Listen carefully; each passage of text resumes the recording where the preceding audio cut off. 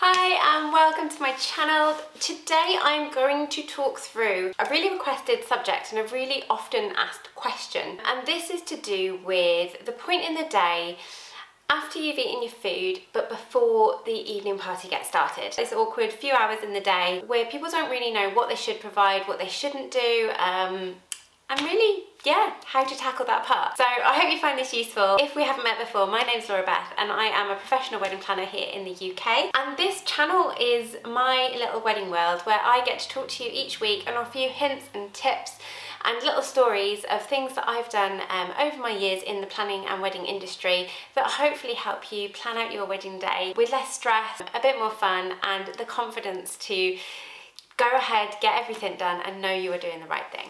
So let's get straight on with the video. So my first thing I'm going to mention before I get into everything else is you shouldn't be doing anything at this point in the day. And by this I mean there is nothing you should be doing unless you want to be doing it.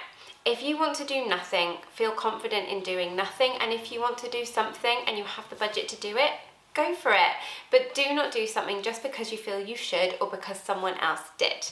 So I hope that kind of helps answer some questions in the first instance. And the first thing I'm going to say is if you don't want to do anything, don't feel guilty about that.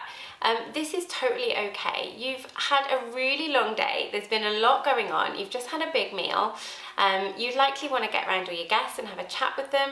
There's likely going to be a bar open, you might have a great sunset going on outside or a venue that people want to explore. So if you don't want to plan anything, don't. Allow this time for your guests to relax and chill out. You've likely had a long day already and you've probably got another 5 hours or so of partying to do. So if people want to go and have a little rest, if they're staying at your venue, or they want to just go and sit and chill and chat. And also, if the two of you haven't had any point in the day just to yourselves, use this time to go off and have a little moment together.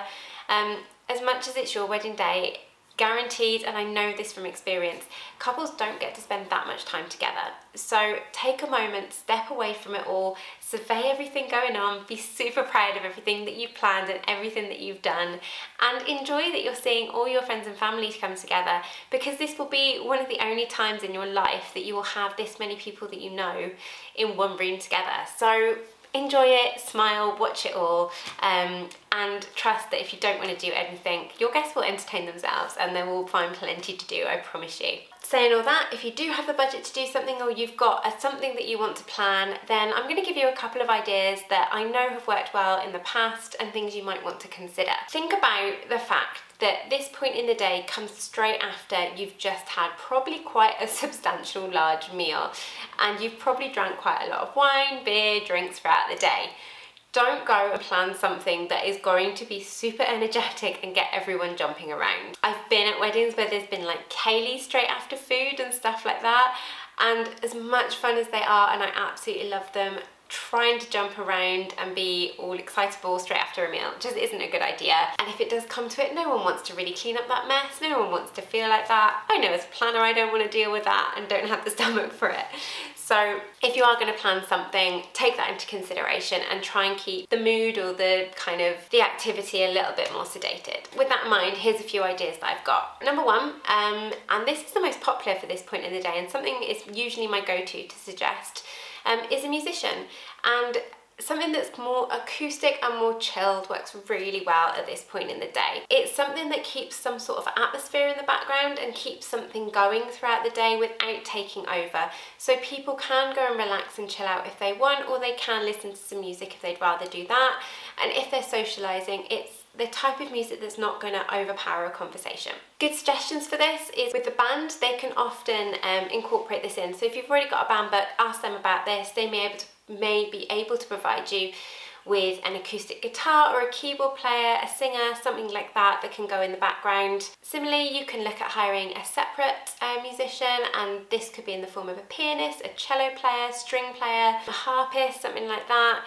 Don't always think that because they're more classical instruments they have to play classical music. I work with so many of these suppliers and they do incredible covers of like modern songs and musicals and movie soundtracks and stuff like that, which can be a great talking point, and it's really cool to hear coming from more of a classical instrument. The other option could be something like a saxophonist, and this always gives me like really chilled Ibiza sort of vibes if that's something that you're into, especially if there's a great sunset, everyone's having a few cocktails. This can be a really lovely addition and a really nice atmosphere to build for the evening party then as well. Number 2 could be something like an entertainer to offer, so something like a magician to go around the groups and wow them with some magic tricks. This could be a caricaturist, and I cannot say that word so I'm not going to try and repeat it, to draw your guests. This could be something lovely for you to keep and put in a guest book or put up on a display on the day and guests take home with them. Other things I've seen is maybe more DIY stuff like a glitter bar where people can go up and put some face glitter on and stuff like that ready for the evening party. So don't feel like with this part of the day it always has to be a service that you're bringing in. This could be something that you DIY and people go and do ready for then using in the evening party on the day, or something that they can take home with them as a memento. The other sort of entertainment options I've seen, which is a bit more interactive with the guest, is something like a casino setting up. This could be blackjack, roulette, 21, those sort of things. It's great, guests get to learn a new skill. It becomes a bit competitive on who's got more chips than others.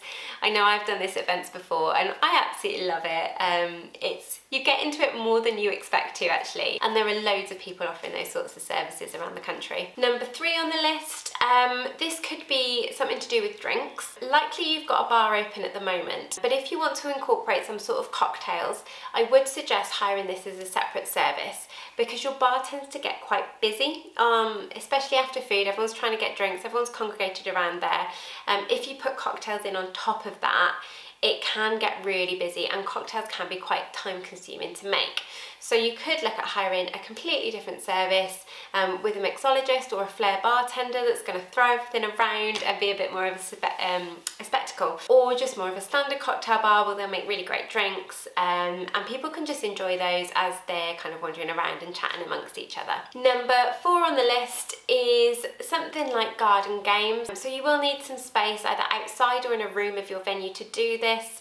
Things like giant Jenga, Connect 4, beanbag kind of throwing games, hoopla games, things like this, all the traditional ones. It brings out a bit of a competitive nature between your guests, and it's also really good fun, kind of takes people back to their childhood a little bit too, and gets them outside. Again, it's not too much jumping around, but it is a fun activity to do. If you've got a bigger budget to spend and you're looking to do something more extravagant, I've actually seen full-on fun fairs arrive at weddings, and this can be anything from carousels to Ferris wheels, dodgems. I suggest you avoid the waltzers and stuff like that. Again, messy rides for after full meals. But yeah, fairground, services and stuff like that, there are a few companies in the country doing that, and they can be incredible if you've got the budget and interest in doing that. And point number 5, option number 5 I suppose, would be some sort of performance. Lots of people go down the route of doing fireworks display. This point in the day might be a little bit early for that due to the light, but if you've got a winter wedding, this could work. Otherwise, you can get fire shows, danger shows, if that's your sort of thing. I've seen acrobatic acts and full-on sort of aerial ribbon displays and stuff like that. They'll come and set up a big sort of crane thing outside your venue if you've got the space, and they can be really beautiful. One winter wedding I did, I had a full-on ballet show set up within a snow globe, and that was really cool and something I'd never seen before. So giving your guests that sort of experience that is something different to what they'd usually expect can be so memorable and a great talking point as well. So I hope that gives you some ideas, and basically in answer to your question of what you can do between your wedding meal and your evening party starting, the answer is do what you want and provide as much as you want, because your guests will be happy with either way, and it's all down to you and your personal preference of what you want to do at that point. But remember, a packed wedding schedule is exhausting. If you're moving constantly from one thing to another thing to another to another, it can be so tiring for your guests and they'll lose interest a little bit more. Whereas if you've got a few key sort of activities happening throughout the day at key points that only take up a little bit of time, that's much more engaging than a full day of just everything crammed together. Also, wedding days do have a tendency of getting behind schedule, so packing out your day too much can lead to everything running too late, and if you're on a deadline with your venue and you've got to finish at a certain time, you may not be able to get everything in that you planned. So always bear that in mind, and make sure you've got breaks in the day which would allow for any sort of overflow and things like that. So I hope you've enjoyed this video, and it's answered some of those questions for you about what you can do in this point of the day. If you found the video useful, please hit the like button and hit subscribe, and turn the bell icon on as well for notifications on future videos so you don't miss out. If you've got any questions or any ideas of things that you did on your wedding day which were really fun for the guests, I'd love to hear, and spread some more ideas amongst everyone watching this video. And I really look forward to seeing you in a future video. Bye!